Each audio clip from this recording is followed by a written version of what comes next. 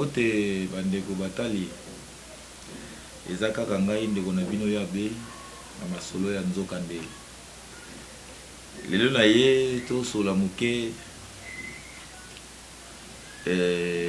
na mwa masolo na biso ya nzokande. Na avant na banda naza na mwa mituna ya kotuna.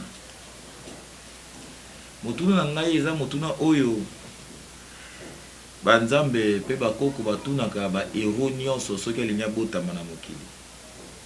Motuna na ngai eza boye. Na ozala na bomoi. Yo oza bien. Batu na yo ba osouffrir. Na yo ozala na bomoi te. Batu na yo batikala malamu. Soki yo ndeko okopona nini. Na ozala na bomoi. Batu na yo ba souffrir. Na yo ozala te. Batu na yo bazala kimia. Soki yo okopona nini. Wana motuna na nga na tuni ya liboso. Na lingi na tuni ya lisusu. Coïncidence nini esalaka. Na oto yebi. Na masolo to yebi. Okoyoke pa ya mindele bazana Adamu na Eva. Okoyoke pa ya biso batu muindu tozana nzala panda na kitele kinambo. Bango kuna bazana Jésus. Biso koto tozana kimbangu. Bango kuna bazana Maria. Biso koto tozana kipavita. Coïncidence nini ya nde mwana. Wana motunu na ngai ya mibale. Likamu na koloba lelo eza boye. Moto oyo akosa yo. Ata mokolo moko te akoya koyebisa o vérité po mayele na yo efungama. Moto akosa yo ata mokolo moko te akoyebisa yo solo. Eza lokola moto oyo akanga yo. Ata mokolo moko te akoya kofungola yo. Yango esengi na mutu totalaka te kasi tomonaka. Biso nde totalaka tomonaka te. Tango tozwe na mateya oyo epai na bino eza po totalaka pamba te tomonaka. Moto ya bomoi oyo aza maele esengeli amonaka na esika ya kotalaka. Eloko mosusu na ngina loba. Eza très important na vie ya moto ayokaka kimia. Il faut que yokaka silence. Silence ezaka na langage nango.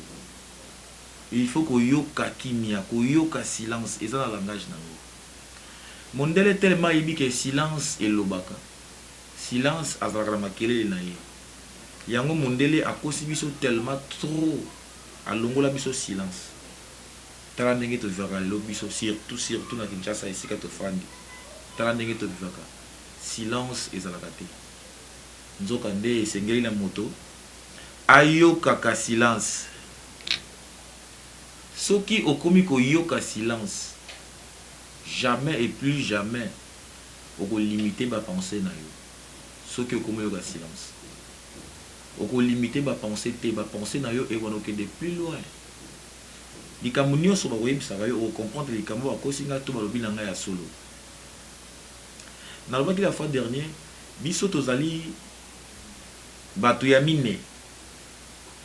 Batu ya mine yango baza banani. Ezali batu oyo bazo vivre na ba extraterrestre nzela moko. Batu mingi tango bayokaka keno batu ezala tam moko batu bako vivre na ba extraterrestre. Bakanisa bango eza bana popio balakisaka biso na ba télévision. Non. Ba extraterrestre eza lokola ba téléphone to sala lelo. Yo zali awa oza ko se communiquer na moto aza na mokili mususu. Eza déjà ba extraterrestre. Donc tellement maele ya mwana moto ke musika tokomi ko vivre esika moko na ba extraterrestre. Na kokota yango na bozindo mikoleko ya. Tozali 4e bato. Toza 4e bato o to vivre esika moko na ba extraterrestre. Et puis tozali 9e cycle ya bato. Na koya ko expliquer yango plus loin. Tozali 9e cycle, donc dernier cycle ya bato. Pomo kile zonga na libandeli. Eko zonga na libandeli te ndenge boka lisaki zonga na libandeli to mo kile kusuka to kele felo to kelola to pe loko na lobike e ozonga na libandeli ta musubo ka esto ozonga ndenge mo kile bandaka non. Mo kile zo zonga na libandeli sur le plan spirituel. Bato babandaki spiritualité, bato babandaki pouvoir, bango nde baozongela pouvoir na bango. yango tozolo bake mokili ezozonga na ebandeli. Et puis lisusu yeba lisusu na loi ya nature soki moto a perdre membre moko ya nzoto na ye ba membre oyo atikala nango ekomaka na force fois 2 ekomaka na force 2 fois. To mona kata so moto a perdre loboko moko atikali na gauche kaka omona gauche ekomi kosala plus que ndenge za kosala liboso. Na kopesa exemple moko ya moto moko na Bible, Samson. Samson tango abotamaki banzambe balakaki mama na bango okobota mobikisi akoya kobundela mpona biso. Samson ti azokola ti azala ba force ti azobunda wana atikalaki koyoka mongongo ya nzambe na bango jamais. Atikalaki koyeba mongongo koyoka mongongo ya nzambe na bango te. Kasi tangu bayi koboma ye misu nde aye koyoka mongongo ya nzambe pe aye kosala mission na ye. Mission na ye ezalaki ya koboma ebele ya bafilistin ya mbala moko. Mission Samson elaki yango lelo tokolobela mokie nzela oyo banzambe balekisaka ba hero. Tango nakoloba ndenge wana nakopesa exemple ebele nakoloba nini eza na ba souffrance mosusu moto alekaka nango na mokili eza kaka mpona lisumu ya baboti na ye te, eza mpona lisumu mpe ya bakoko na ye te. Ezali nzela oyo bazolekisa ye mpona gloire moko songolo. Mais biso sikoyo tokoma soki oza na difficulté okomi kofinga nzambe bafingaka banzambe ndenge nini ntango oza komiyeba te okomi komilela okomi komibanza angaye anga nazalaka wapi baninga. Pourquoi comparer bomoi na yo na ya baninga? Soki olandi malamu tala ndenge bandoki bafonctionnaka. Ndoki oyo alia mwana ya batu ya docteur ye pe na libumbu na ye il faut afuta kaka pe docteur. Alors tango ye ale docteur wana na libumbu na ye azana na docteur te bakokamata mwasi moko na kati ya na famille ya ndoki wana abota mwana wana kotanga ba classe to monaka mutu moko atangi ba classe abandela te azokende ondenge nzambe apambola ye mokolo kaka akoma docteur nde mokolo bakolia ye. Alors soki bozaki camarade na moninga moko azokende en avant yo zomona kwa libabe nzoka nde ye bazobokola ndenge babokolaka soso ya bonani pour avimba azwa valeur ebongo balia ye. Alors kokomparaka vie na yo na ya moto te. Nzela nyonso banzambe baza kolekisa yo eza nzela ebongi mpona yo soki omiyebi epi soki oza komona liboso okozala na basusi te ndenge tozalaka na yango lelo. Nzela ya bahero ezali nzela ya pasi, nzela ya bahero ezalaka nzela ya facile te. Epi bahero nyonso bayala mokili bazalaka na posa ya biloko ya mokili te, bazalaka na posa bato ba comprendre penser na bango eza nini. Wana mosala ya bahero. Lelo nalobaki na kokende malembe na makambo na lingi naloba awa lelo. Nalingi naloba nini? Tozoyekola baso tokosolola ntina baso na ba trompette oyo toyokaka na mokanda ya apocalypse. Tokolobela baso tokolobela pe ba religion. Et pas une abysse, ce qu'on a dans le Apocalypse, parfois on ne comprend même pas les termes, mais les codes de Batiakuna. Nzokande, balinga kite koloba polele na makambo etali baso.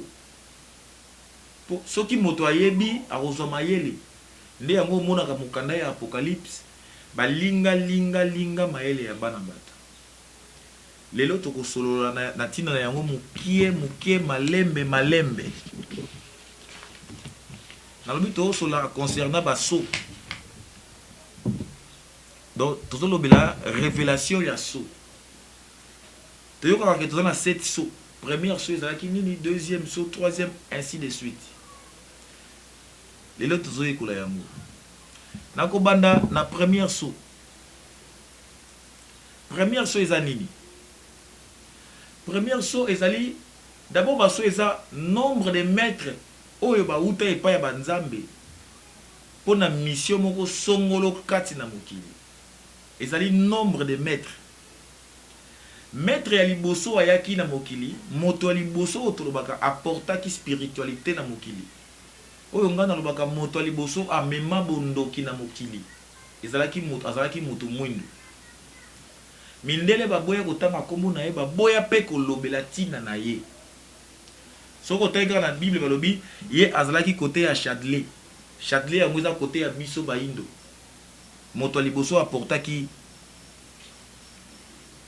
sorcellerie na mokili. Na kopesa référence na Bible na Apocalypse 6:2. Soko koti kuna okoyoka moto ya liboso apportaki spiritualité na mokili. Ye mission na ye ezalaki nini? Message na ye pona bato ya tango wana ezalaki pona kotika koyebisa moto ya mokili a vivre en paix na ba semblable na ye. Donc moto a vivre en équilibre na ba ninga na ye ya bikolo nyonso. Wana message oyo ye ayaki na yango. Lokola tango wana écriture ezalaki nano te ateyaki de bouche à oreille. Alobaka de bouche à oreille. Yango ba reçu na ye ezalaka te. Ye pe azalaki moto mwindu. Kombo na ye batikala kotanga yango na Bible te. Eza pe la mukanda moko te ba mentiona kombo na ye lokola azalaki moto ya liboso oyo apportaki spiritualité na monde entier. Par révélation ndenge tosolaka na bato bakufa ne bayaka kopesa biso kombo na ye. Kombo na ye ezalaki Aigri Mokondandie Sorombiata. Aigri Mokondandie Sorombiata. Yango mona kamindele bakamata kombo na ye bakata yango ndambu. Babenga yango sorcellerie, babenga ba gris. Ça vient na kombo na ye donc ba gris na sorcellerie et outi na kombo ya moto oyo apportaki spiritualité moto ya liboso na monde entier. Ye azalaki moto mwindu. Et puis na époque wana moto azalaki na mayele lokola lelo oyo tozate. Moto ayebaki nanu te. Moto azalaki vraiment primitif. Alors, moto apportaki spiritualité moto ya liboso azalaki moto mwindu. Kombo na ye ezalaki Aigri Mokondandie Sorombiata. Ye azali kote ya nini? Abandaki kote ya ndenge nini moto esengeli afanda na baninga bato. Na kimia koluka kimia na moto nyonso. Na bandi bandeko balandi nalobaki moma kam o toloba ya nzoka nde kondima mbala moko te koboya pe mbala moko te pona kanisele yango mingi kamata mayele na yo po yo poza mutu oza na droit ya kopenser plus loin oza na droit ka ya kondima nyonso te pona analyser ebele nalobaki première saut yango wana. Deuxième saut ezalaki Maître Krishna. Livre na ye ezali Bhagavad Gita. Ye pe azalaki kaka noir. Tant toka Krishna ye pe azalaki kaka noir. Azalaki kofanda wapi na Inde. Na époque wana mutu pe ayebaki penda spiritualité ya makasi te. Yango Krishna ayaki kolakisa batu. Ye azalaki na pouvoir même ya kolongola la paix sur la terre. Krishna. Deuxième saut ezali ye. Tokindeke malamu poto comprendre kana. Nabaki première saut ezalaki Aigri Mokondandie Sorombiata. Ba mentionnant kombo na ye te po baboya kopesa valeur epai na biso batu mwindu. Deuxième saut ezalaki Maître Krishna. Sikoyo tokomi na troisième saut. Troisième saut ezali Maître Moïse. Nakobenga bango ba maître ndenge biso to benga kepa na biso. Bino so bo benga ba kombo na yo kaka wana po différence ezalaka. Na ba maître, na ba prophète, na bana na nzambe, na batu na nzambe, ba différence ezali ebele to koyekola kango malembe. Troisième saut ezalaki Maître Moïse, natif de l'Égypte. Yepe abotami na Égypte. Coutu plus loin tant que tu as explication pour comprendre que yepe azalaki moto mwindu. Ou papa abotaki ye azalaki pe moto mwindu. Alors nyonso oyo Moïse ayebaki na bomoi na ye connaissance oyo atambolaki nango ti mokolo ya suka ya vie ezalaki connaissance égyptienne. connaissance na biso baindo. Maître Moïse, livre na ye ezali Torah, livre de loi. Ye ayaki na balance, ye ayaki na loi, ayaki na mibeko. Nata siri bato batangaka Ancien Testament babenga yango mpe mokanda ya mibeko, yango nde mokanda ya Moïse. Ye azali na troisième sceau. Référence na yango tanga yango na Apocalypse 6:6. Quatrième sceau ezalaki Maître Bouddha. Maître Bouddha yende quatrième sceau. Bouddha pe kaka ndeko na ngai na yo azalaki noir pe kaka. Ye a côté bato la mort physique pe na spiritualité. Et puis alakisaki bato méditation. Oh na uti ko basikoyo alakisaki bato comment écouter le silence. Silence et lobaka. Bouddha alakisaki bato méditation. Et puis langage na ye ezalaki kaka miséricorde, miséricorde, miséricorde. Ye pe moto mwindu lokola ngai na yo. Soko landi malamu tala ba stati nyonso presque ya Bouddha ezalaka na zolo te. Ba stati nyonso ya Bouddha ezalaka na zolo te.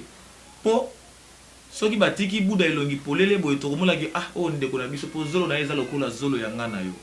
Lokola mindele bazalaka zolo mulai bamona moya ko se justifier te nde balongolaka zolo ya Bouddha na ba stati nyonso. Ndeko kanga que Bouddha azali quatrième sceau. Autant yango na Apocalypse 6:8.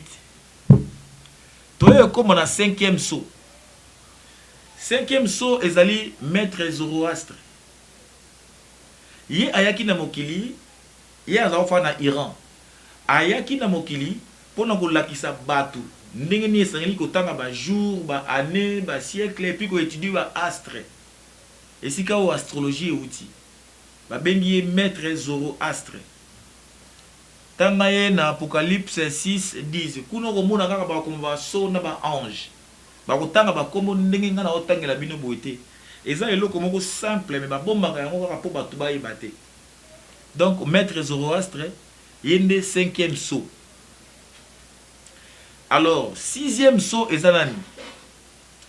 Ezali Maître Yehoshua HaMashiach de Nazareth. Maître Yehoshua HaMashiach de Nazareth yende sixième sceau. Enseignement na ye ezalaki loi de pardon. Ye moto ayaki na loi ya pardon. Soki moto sali mabeba limbisa ye.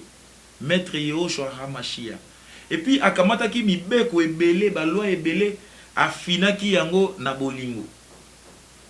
Komo na ye Maître Yehoshua HaMashiach. Oyo bakosaka biso Yesu, oyo batangisaka biso Yesu lelo. Komo na ye ezalaki Yehoshua HaMashiach.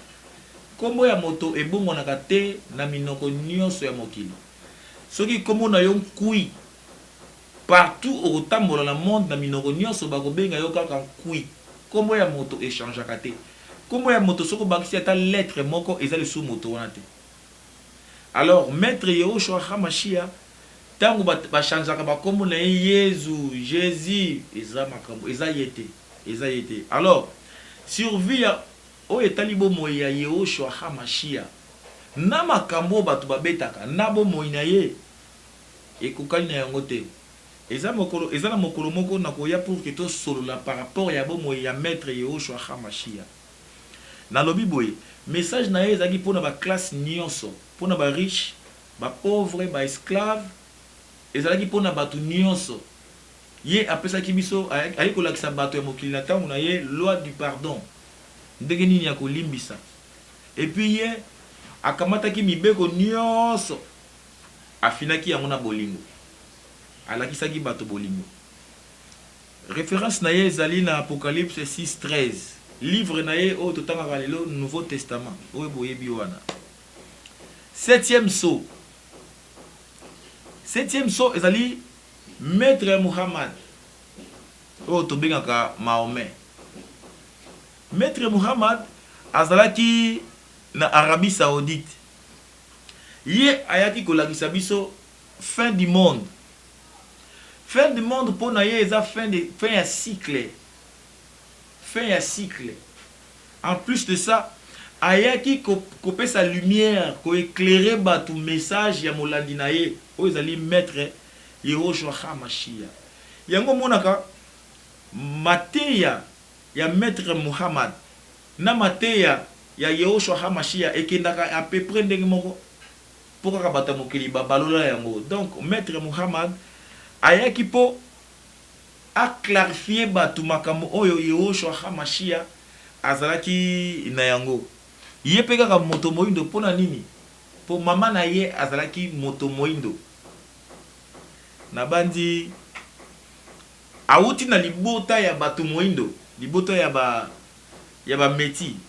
Donc maman Agar mona oya botaka Ismaël, descendance ya Ismaël nde bimisi maître Muhammad. Livre na ye ezali Coran. Donc ye ayaki kolakisa batu que fin du monde ezali. Eza fin du monde ya eza cycle ndezo sila. Eza fin du monde tende to kansaka li felo lola bongo ezala nango te. Alors sikoyo tosuki na 7 grands maîtres. Alors 7e grand maître yende ayaki kolaka batu ke na ko ba témoin ba koya. Ba témoin mi balé ba ozala. Makambo nyonso nazoloba awa soko tangi na mukanda ya apocalypse okomona yango. Mais ndenge ba bete yango na mukanda ya apocalypse eza po moto a comprendre te, po moto azoma ele te, po batinda bandeko na biso ba pasteur na makanisi oyo bateaka biso makambo ngo oyo bango moko pe baza koyeba te. Tango bazokoyoka baso, bazokoyoka ba trompette, po na bango eza biloko moko boye eboya mikolo eboya nzoka nde eza biloko ya makambo oyo esi eleki. Baso eza ba grand maître. Ba grand maître oyo basali ba religion. Yango monaka tozaka na 9 religions. Pourquoi tozaka na 9 religions? Pour tozana 7 religions. Ya ba maître oyo natangi na 2 religions ya 2 témoins. Yango tomonaka tozana 9 religions. 7 religions, il y a 7 grands maîtres. Na 2 religions, il y a 2 témoins. Ba 2 témoins ngo bazali banani. Ba 2 témoins ngo bazali batu oyo maître Mohamed alobaki ke bibembe na bango ekozala liboso ya grande porte ya ville ya Israël Haïfa. Ba témoins ngo baza banani. Témoin liboso ezali les Bab. Témoin mibale ezali Bahaoula. Les Bab yepe azalaki na Iran. Livre na ye ezali Bayan Persan. Voilà livre ya les Bab. Témoin mususu ezalaki Bahaoula. Yepe azalaki na Iran. Livre na ye ezali Kitabi Aktas. Yangonde esali 9 religions. Donc 7 grands maîtres plus 2 témoins, bangonde basali 9 religions. Lokola cycle esili, mokili sikoyo ezo zonga na ebandeli. Na mateya oyo ya ebandeli, na spiritualité ya ebandeli oyo egri mokonda nde sorombiata ayaki nango. Nzoka nde ekozala mateya oyo egosimba couche nyonso. Soki omoni mateya oyo koyoka na matoyi na yo ekosimba couche nyonso, eko interpeller bomoi ya mutu ya kati, yebandi mateya yango ezali mateya ya ebandeli. Yango wana ezali komba ya biso nyonso pour que moto moindo oyo tozali oyo ekomi tangu na biso, oyo ekomi tangu na biso, spiritualité na biso ebima libanda. Na lobi na mokuse makambo etali baso na ba trompette. Bandeko bele batu nanga pona nini na sala ka ba débat spirituel te. Débat spirituel basala bango na moto ayebi spiritualité atandam. Toko sala débat spirituel tout autour ya mukanda moko lokola Bible kaka. Wana na kusala na ngai te. Na kusala pe débat te pona la kisama yele na nga. To pe pon de ko mususu pe ala kisama yele na ye. Basala ka débat pour que to bimisa conclusion, to éclairer opinion. Débat ya kosala to wela na bamayele ngai na kosala yango te. Lelo ezalaki mukolo to sola na mayimatali baso na ba trompette.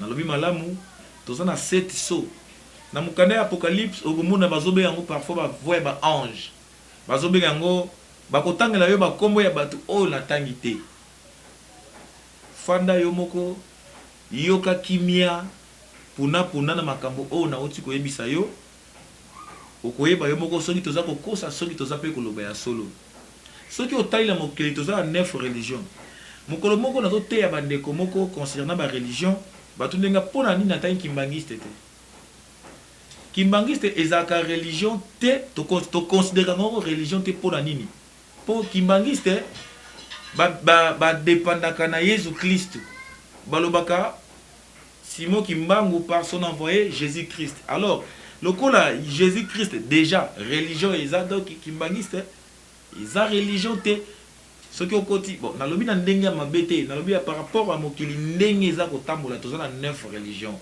nalobi na ndenge ya mabe te na bandeli lisusu. En plus de cela Fumu Kimbangu na bomoi na ye alamwisa bibembe asekwisa bibembe atelemisa bakoka amonisa ba aveugle na kombo ya Yesu esengeli tolobaka pe mwa ndambo apolele miracle mingi Fumu Kimbangu asalaki yango na kombo ya Yesu.